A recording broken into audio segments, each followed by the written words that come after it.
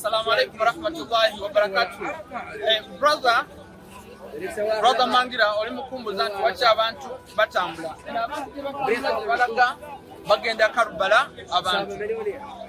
Omuntu ayinza okubuuza nti kino abantu kye bakola okutambula ogende Karbala nabbi yakikolako.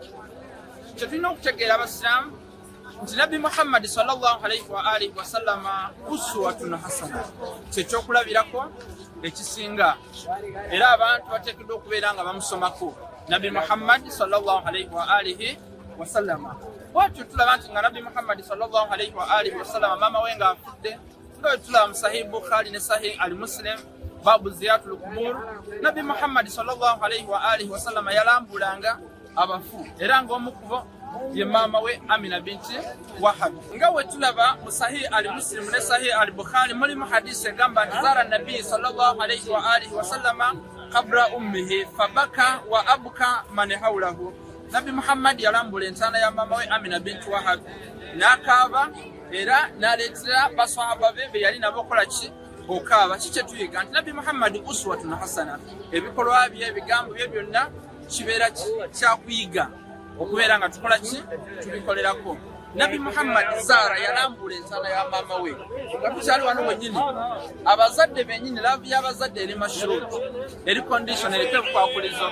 Bwe bakugamba nti kola shiriki tokola ki tobagondera, naye ate okwagala abazadde kiri mashurut n'okubeera nga tukola ki tubalambula wadde bafudde. Naye ate okwagala Imaamu Hussein alayhi salatu wassalaam kiri wajibu kyateeka. Oyagala toyagala nga tulaba mu suratu Shura aya 23 kulla asalukum alayhi ajra illa limawaddata fil qurb. Okwagala n'okubeera ba Bayt alayhi salatu wassalam because bebasika Nabbi Muhammad nga tulaba inni tariku fikum thaqalaini kitab Allah wa ittat Sahih Muslim volume 2 page 238 kyekiramu kya Nabbi Muhammad era nga ne Imaamu Hussein mwali.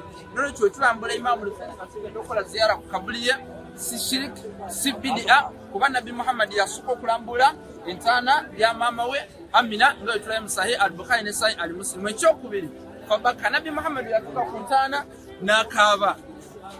We yatuuka ku ntaana ya maama we n'akola ki n'akaaba. Naffe otuuka wa Imaamu Hussein tukaaba tekirina buzibu because Imaamu Hussein alayhi salatu wassalaam okumwagala n'okumugobera kyatteeka kiri wajibu. Fabaka wa abuka man hawlahu, ne basahaba abaali okumpi naye bwe baalaba nga Nabbi akaaba ng'anyolwa ofuna bulungi nabo ne bakola ki ne bakaaba. Nolwekyo Nabbi Muhammad sallallahu alaihi wa alihi wa sallama we yakaaba n'abali naye ne bakola ki ne bakaaba.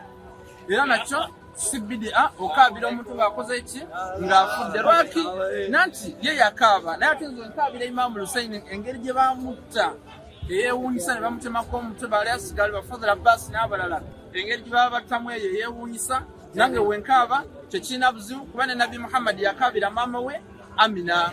Nolwekyo abantu bano kibakola okulambula Imaamu Hussein bagendayo okubeera nga bakola ki bakola ekiyitibwa tawassulu, okubeera nga basaba Allah subhanahu wa ta'ala nga bayitidde mu Imaamu Hussein. Naye tebagendayo okukola shiriki ng'abamu we bagamba sinaye bagendayo okukola shiriki n'ebirala. Nedda, bagendayo okusaba Allah nga bayitira mu Imaamu Hussein kyebakiyita tawassul. Era nga n'abaana ba Nabbi Yaqub alayhi salatu wassalaam we basaba Allah subhanahu wa ta'ala nga bayitira mutata waabwe Yaqub mu suratu Yusuf aya 9 paka 9 ne basaba ba Nabbi Muhammad mu suratu Nisa aya 64 we basubya ne bagenda wa Nabbi Muhammad kauna n'abagamba bagenda wa Nabbi Muhammad abeere nga abasabira naye we baagaana Allah agamba mu suratu Munafiqun aya 6 Allah tagenda kubeera nga baddamu because baagaana tawassulu ya Nabbi Muhammad sallallahu alaihi wa alihi wa sallama. Ekyokubiri omuntu ayinza okugamba nti Ahlul-Bayt baafa maatu tebawulira. Tugamba nedda. Allah yatugamba mu Suratul Imran aya 19 paka 17 wala tahsabanna alladhina qutilu fi sabilillahi amwata bal ahya inda rabbihim yurzaqun. Tolowooza nti abafiiridde mu kkubo lya Allah bafudde, nedda, naye bawulira. Era nolwekyo osabadde wange oyitiramu bo babeera bakusabira wa Allah subhanahu wa ta'ala. Wa Imaamu Hussein mu ziyara kuba Nabbi yasooka okukola eyo ziyara ng'agikola ku Amina binti Wahab nga tuli mu Sahih al-Bukhari ne Sahih al-Muslim. Bismillahirrahmanirrahim. Brothers,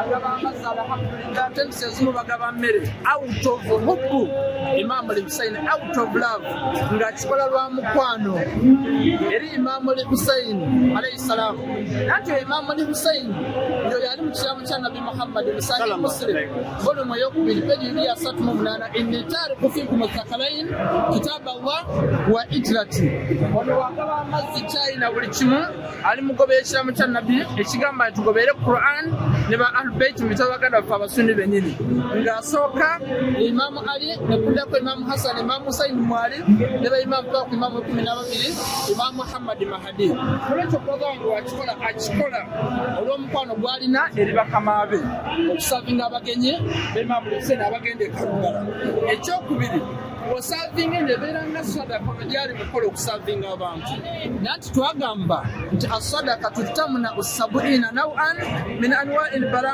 sadaka gyali mukola okuzabira abantu number 1 emutangira bala ofuna bulungi nga bala ekyasobola okubeera nga ntono obutagwa bigenge oba butalwala dalu baganda bange abakubeera ba Ahlul-Bayt kolako ekintu kyolina yimirizawo amarasimu majlisi ya Aba Abdullah mujudde mikisa nanti ba Ahlul-Bayt kisanga olaba nti Nabi Muhammad kiseeri ebitonde musatu lambiya kikumi musanvu ne ba Ahlul-Bayt olina abalwadde olina mulimo olina abalabe zino majlisi ziretera ba Ahlul-Bayt okubeera nga bakusabira nga nanti oyo nabbi ya Akub ofuna bulungi wasabira abaana be kondo okubeera nga akola ki abasaasira musatu Yusuf aya kyanamukaga paka kyendamu musanvu ne basahaba babasobya Katonda wabagamba nti tugende owa nabbi bagendayo kufuna kisa nga we tula musatu Misaya 64 naye mbeteeka mutakabu nga tula musatu munafikun aya yokuna neyokutaano Katonda nagamba nti lan yagfira Allahu lahum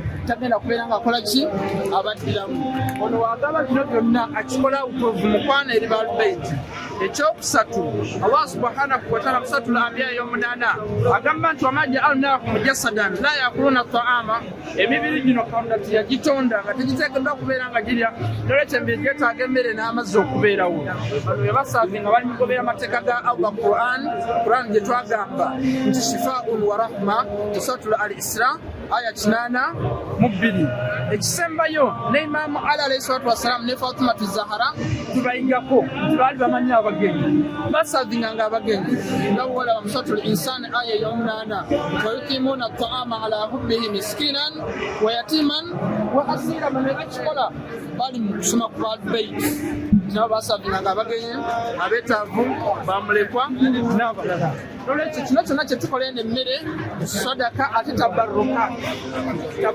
emmere ya mikisa nanti ekikoze lwakwagala ba Ahlul-Bayt alayhi salatu wassalamu twegayirira Allah abaganda baffe mwenna abatasobodde kujja Karbala mu 40 Imam al-Hussein buli omu abeere nga amumalira ekyetaago bihaqi Aba Abdullah alayhi salatu wassalamu. Wassalamu alaikum warahmatullahi wabarakatuh.